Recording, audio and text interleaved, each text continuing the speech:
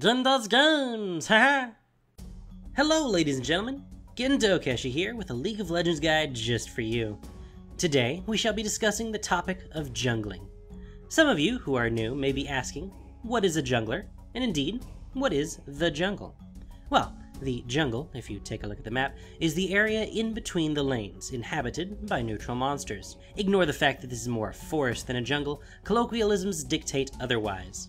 The role of the jungler is many-faceted, but their primary, most basic purpose is to take advantage of these neutral monsters, killing them for gold and XP. This allows your team to fully benefit from all golden experience sources on the map, putting one more lane ahead in levels. That is to say, if there is a jungler, then you allow your team one more lane with only one champion in it. Since experience points are normally shared, that one player will level up faster than if there were two. In addition to basic jungling, the jungler is also generally responsible for controlling objectives, ganking, and a large chunk of warding around the map. First, however, let's look at the jungle itself. Each side's jungle consists of 6 camps: blue buff, the white, wolves, wraiths, red buff, and golems. The blue buff camp contains the ancient golem, who holds the buff, and 2 young lizards who toss tiny little fireballs at you. They're pretty pitiful, but actually quite important, and we'll talk about why later. The blue buff itself grants mana and energy regeneration, as well as cooldown reduction. At level 1, the golem and one of his lizard allies will give you enough XP to reach level 2. The golem hits quite hard though, and can kill you if you're not careful. The white is the only standalone camp. It hits like a truck and has almost as much health as the ancient golem, but if you can best it, you'll get a huge chunk of golden XP as well as some health and mana returned to you. The wolves are the fastest moving and attacking camp. They hit hard for a small camp, but if you were able to clear a buff camp, they shouldn't pose a real threat to you. The giant wolf grants you a small percentage of your missing health and mana when you kill it, just like the white. The wraith camp is generally considered the weakest. That's why there's 4 of them. 1 big one, and 3 small ones. Like the wolves, the big one will grant you some health and mana when you kill it. Interestingly, the large wraith has as much armor as the white. Try to focus it down first, as it deals the vast majority of the camp's damage. This is especially true with junglers who have some form of area of effect damage. Dr. Mundo's Burning Agony, for example, can just about kill all of the small ones while he's busy attacking the big one. The red buff camp contains the lizard elder, who holds the buff, and 2 young lizards, exactly like the blue buff camp. The red buff makes your basic attacks stronger, dealing additional damage over time, and slowing the target for a few seconds. Just like the blue buff, clearing the camp first will let you reach level 2. Finally, the golems are arguably the strongest non-buff camp. Why? Well, they hit really hard, they have a lot of health, and, unlike the white, there are 2 of them. If you can best them though, the reward is well worth it, as they give quite a lot of XP and gold for your trouble. Fortunately, the larger one gives a health and mana bonus, just like the giant wolf and wraith and white, and if you're a mage, you will have an advantage against them, as they are especially weak to magic, sporting negative magic resistance. Both the buff camps will spawn at 1 minute and 55 seconds. All other camps will spawn at 2 minutes and 5 seconds. When killed, each of the non-buff or small camps will respawn 50 seconds after the last monster in the camp has died. The buff camps, on the other hand, will respawn 5 minutes afterwards. Your first clearing of the jungle is your most important. It sets the general tone of the game and ensures the stability of future clears. Once you're through the first time, everything should be smooth sailing as far as clearing the jungle again. When you start, you have to decide which side of the jungle you want to begin on, or, more accurately, which buff do you want to get first. The blue buff, with its cooldown reduction and bonus mana, will help you clear the jungle much faster, and allow you more time afterwards with the red buff. Some champions, who use a lot of mana at early levels, such as Amumu and Fiddlesticks, pretty much have to start at the blue buff, or else their clearing will be extremely slow. Starting with red buff allows for earlier ganking. The slow makes it a lot easier for you to land kills, and in some cases, if you're using an auto-attack based champion, it will help you clear the jungle faster. This is especially true of champions who do not use mana, such as Tryndamere or Shyvana or Lee Sin. When clearing, you also need to decide just how aggressive you wish to be. In a moment, I will describe your basic clear of the jungle, but remember there are other options. Some aggressive junglers will clear the 2 buffs plus 1 other camp to reach level 3 and immediately go gank. Some may even gank at level 2 after having only taken the red buff. These methods tend to require considerably more coordination with your team, so keep them in mind as you get more practice in as a jungler. They also require that your teammates provide what is called a leash. Leash, in this context, comes from when monsters used to chase the first target that hit it rather than whoever is closest. Nowadays, that simply means that your allies should help you out in taking down your first buff camp, just as long as they leave before they accidentally take your experience or the buff. It's very important they do this, especially at higher levels of play. If they lose 1 or 2 minion kills, so what? It's much more important that the jungler starts off strongly so they can provide more help later. If you're new to this, however, your allies probably are too. Can't always rely on them knowing what to do, so I will show you the 2 basic jungle clears that you can do without help. You should practice this alone in a custom game before trying it the first time against real players. It'll help you gain an understanding of just how much punishment your character can take at the start. Either method will get you to level 4 by clearing each jungle camp once. Beginning at the blue buff is most common. Remember to use smite to save yourself a lot of trouble. From there, it's pretty much a straight line. Clear the white, wolves, and the wraiths. Use your smite every chance you can, especially once you get to the red buff. And then, clear the golems. It's important to note that with most camps, you should kill the biggest monster first, as they deal the vast majority of the damage to you. The golems are the only exception to this. The small golem deals about half as much damage, but dies to just a few hits. Even if it's half what the big one does, it still deals almost as much damage as the big minions in other camps. Therefore, killing the small golem first is worthwhile so as to take significantly less damage from the camp as a whole. There are some minor complications to this. Firstly, I said take the lizard and then the golems. This should be the case primarily if you're concerned with the enemy trying to take your red from you, or if you're then going to go to bottom lane and gank. If you don't think they will, take the golems and then the lizard elder, giving you more time with the red not spent clearing camps. Secondly, some junglers prefer to skip the white camp. This is often personal preference, but it really depends on whether or not the champion you use deals mostly single target damage or area damage. If they do most of their damage to one target, like Shyvana, clearing the white is a piece of cake. If you're mostly doing area damage, like a Mumu, most of your potential damage is wasted, and you could just as easily be clearing those other camps much faster. If you choose to skip the white, you will need to come back and clear a different camp a second time. Usually, junglers will clear the wraiths as they spawn right as or just after they reach them a second time.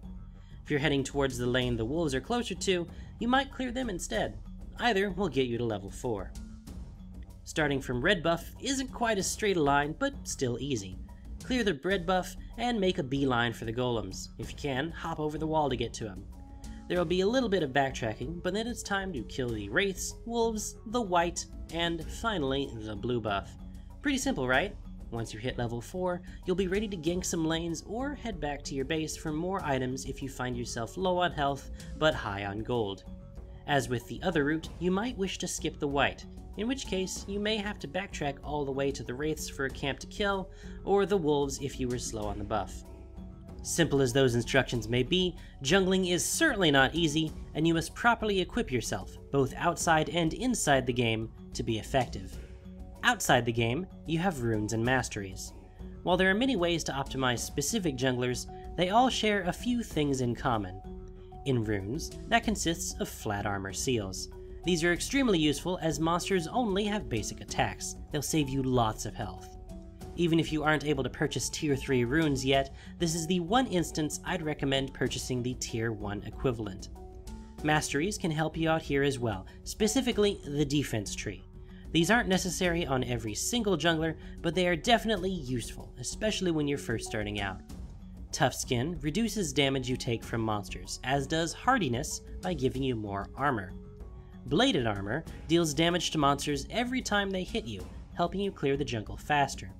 In the offense tree, there is also Butcher, which will make you deal extra damage versus monsters. Within the game, there are a variety of items that can help you out. Primarily, when starting the game, you will most likely begin with a Hunter's Machete and 5 health potions. Hunter's Machete is very powerful in the jungle. but does nothing to minions or champions, so don't let me catch you ever starting with this anywhere else. Some champions can start with other items, such as cloth armor, Doran's blade, Doran's ring, and so on, but this is your basic setup. Don't forget to use those potions too while you run through the jungle. They are very, very important for keeping you alive. Hunter's Machete can become a variety of useful items that help you out both in the jungle and out of it. Madred's Razors let you deal significantly more damage to monsters with each auto attack and hit faster. Its next step, Wriggle's Lantern, does even more damage, gives you a free ward to place every few minutes, and gives a massive amount of extra gold every time you kill a monster. Once you've killed enough monsters, it becomes the Feral Flare, allowing you to start applying all that extra damage to enemy champions as well. This line of items is very powerful on auto-attack based champions like Master Yi. Hunter's Machete can also become Spirit Stone, and its greater forms, Spirit of the Ancient Golem, Spirit of the Elder Lizard, and Spirit of the Spectral Wraith. These are awesome for tanky, damaging, and caster-based junglers respectively, granting awesome extra damage in the jungle and unique bonuses otherwise, such as health, cooldown reduction, tenacity, bleeding damage, and bonus ability power. They all also sport the Conservation passive, giving bonus gold whenever you kill big monsters. They are all extremely efficient and powerful, and you should consider purchasing them. Finally, to help you in the jungle, there is the summoner spell Smite. Always take Smite. Even if you think you can jungle without it, that's not the point. Not only does it make it easier for you to clear the jungle with more health, it counts as a spell for the purposes of Spell Vamp, which is innate on some champions like Lee Sin, it's on a really short cooldown, and, most importantly, it lets you secure and seal objectives. It does 1000 damage when you're level 18. This is really quite powerful for getting your team Dragon and Baron, as well as stealing buffs or securing them for yourself. Go ahead and not take it if you dare. Just don't cry to me when your other jungler comes and steals all your stuff. Speaking of stealing stuff, let's talk about counter-jungling. That is, stealing the enemy junglers' camps. You can, of course, go to the other side of the map and steal whole camps from them, but that isn't necessarily optimal. It's often far better to steal only part of the camp. For example, you might go and kill the large wraith, but not any of the smaller wraiths. The large wraith has most of the golden XP, so the enemy is left with only the tiny amount the small ones give. The large one won't respawn until the whole camp has died, and only then does the respawn timer start ticking. This is where the small lizards I mentioned earlier come into play. The buff camps take 5 minutes to respawn. If you steal the buff and leave the lizards, the enemy is denied from getting it for much longer. On the other hand, if you want to steal the whole camp, do so. You can then keep track of when it will spawn next to steal it again. If you're only taking part of a camp though, think about what effect it will have on the enemy. How much time will they have to spend clearing the camp of small monsters? If it's a Mumu, for example, he can clear full camps all at once with his AoE abilities, so leaving more than one monster alive would just give him more stuff. If it's someone like Jin Zhao though, who has mostly just an auto attack for damage, it will be more of their time and energy wasted clearing the camp for basically no reward. You can also use this opportunity to ward the enemy jungle. This will help your team keep track of them, but it also gives you the chance to steal from them even more or even get a kill on them. Say for example, you ward the enemy red buff. If you then spot them taking it, you can run in to smite steal it and kill them for it. Free stuff. As the jungler, you should try and carry a few wards with you as often as possible. The jungler wanders around the map more than any other role, so you have a great opportunity to ward where your allies can't get to for whatever reason. While you're wandering, you can also gank lanes. The jungler should try and help any lane he can, be it one that is in trouble and behind, or one that is ahead and he wants to get more ahead. Ganking is arguably the easiest for a jungler. It's very difficult to know a jungler's whereabouts at all time, but a laner who tries to gank can more easily be called as missing or spotted on the way. Ganking is a topic that deserves its own video, but for now remember that you should always try to get between your enemy and their escape route. If your ally has pushed to the tower, it's probably not a good time to gank. Also, when ganking, be sure to make your allies aware of it by pinging the target. If they don't see you coming and you jump in, your gank will likely fail. If your gank is successful, you can then lead your allies to take other objectives like turrets and the dragon. Finally, let me talk about buffs. After the first clear, the jungler is much less reliant on buffs. They should generally keep the red for themselves during the laning phase, as it's most useful in a ganking situation, but later it will be more powerful on your team's marksman. The blue buff, on the other hand, can and very often should be donated. Usually this goes to the AP caster in the middle lane, as they often expend a lot of mana when trying to cast their spells, but consider who on your team can use it best. If you've got Katarina in the middle lane, for example, she doesn't have any mana, so it's much less useful for her. If you are counter jungling, well, you can even donate the enemy's buff. Just make sure your allies are aware when you try to do this by pinging and telling them in chat. And try to have the buff monster low on health already when your allies come to get it. The less time they have to spend out of lane, the better. All this combines to make the jungler a very important member of the team, a leader in action throughout the game by controlling buffs and providing ganks. It's a lot to stay on top of, and your allies will expect a lot from you. But if you can handle the pressure, then jungling is very rewarding and very fun. If this sounds like your cup of tea, I can recommend a few junglers to start with that are cheap to get and easy to pick up. Both Warwick and Fiddlesticks have beyond amazing sustain in the jungle, making it very unlikely that you can die while clearing it. They both also have amazing ganks past level 6 to help your allies with. Nunu's sustain is similarly powerful, and he can be quite a lot of fun to bully enemy junglers with and steal all their stuff. Master Yi, while a little more difficult as he doesn't have the same level of sustain, clears like a monster and does massive damage, scaling really well into the late game. So, thanks for watching everyone. If you enjoyed this guide, please let me know by hitting the like button. Speak up in the comments below if you have advice or questions. We're all here to learn. Don't forget to subscribe if you haven't already for guides, gameplay, and other silliness. Follow me on Twitch for streams and Twitter and Facebook to see what else is going on. Till next time, I've been Gin, and you've been watching me talk about a video game.